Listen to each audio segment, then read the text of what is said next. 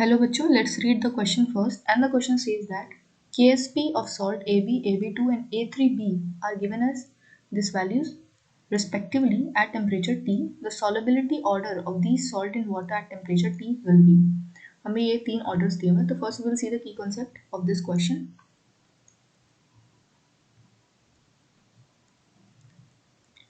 So the solubility product constant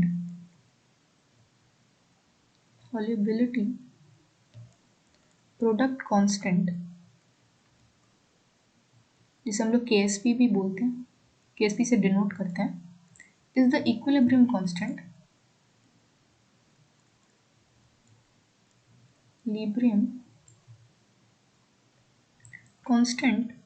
for a solid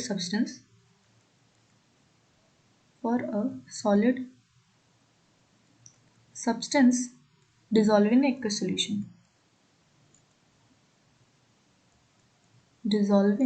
in aqueous solution. So let's take an example of a random compound AB3. ये टूट के हमें क्या देगा? A3 plus plus 3B minus. ठीक है. And in दोनों की A और B की सॉल्युबिलिटी को हम लोग S मान लेते हैं. That let the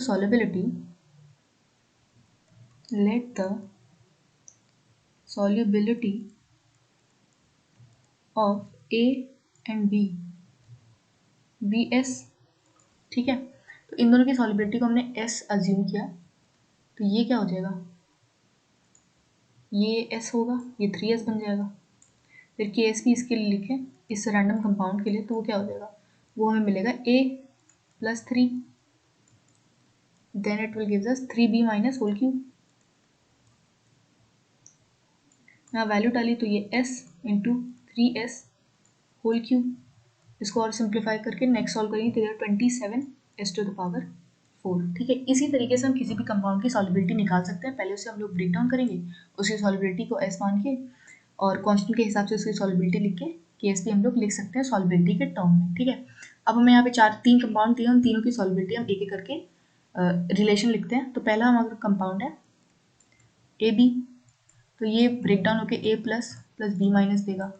उसकी solubility S KSP will be S square.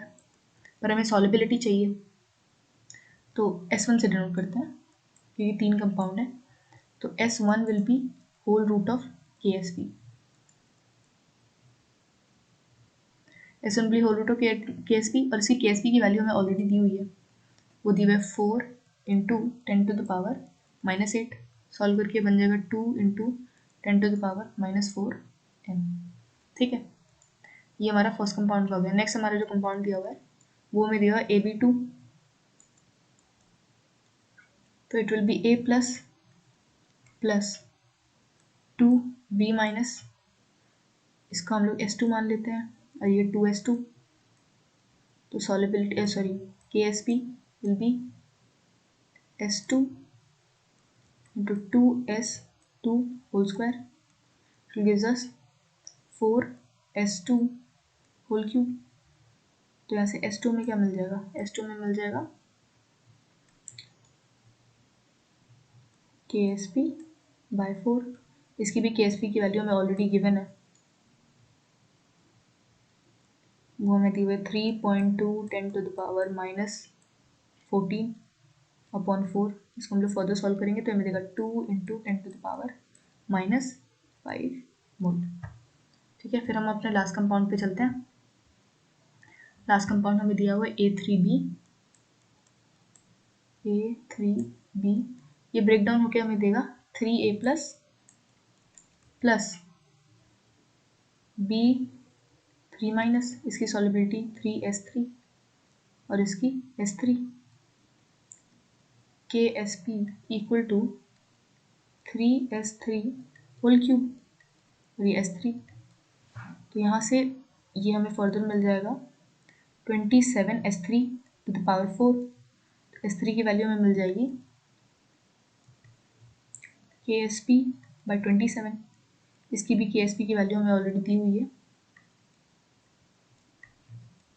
which is 2.7 into 10⁻⁻15 upon 27। इसको फर्दर हम सॉल्व करेंगे तो ये हमें मिल जाएगा 1 इंटू 10⁻⁻4।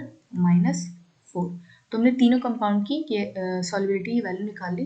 तो इसको अगर हम लोग कंपेयर करेंगे तो जो हमारा फाइनल ऑर्डर बनेगा सॉल्युबिलिटी का, final order of the solubility,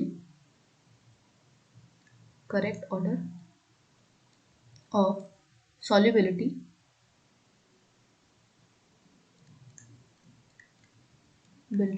is equal to, वो बन जाएगा क्या, AB, then A3B, then AB2। Option अगर हम लोग मैच करें तो option B will be our correct answer. Answer will be option D. I hope you like the explanation of this particular question. Thank you and all the best.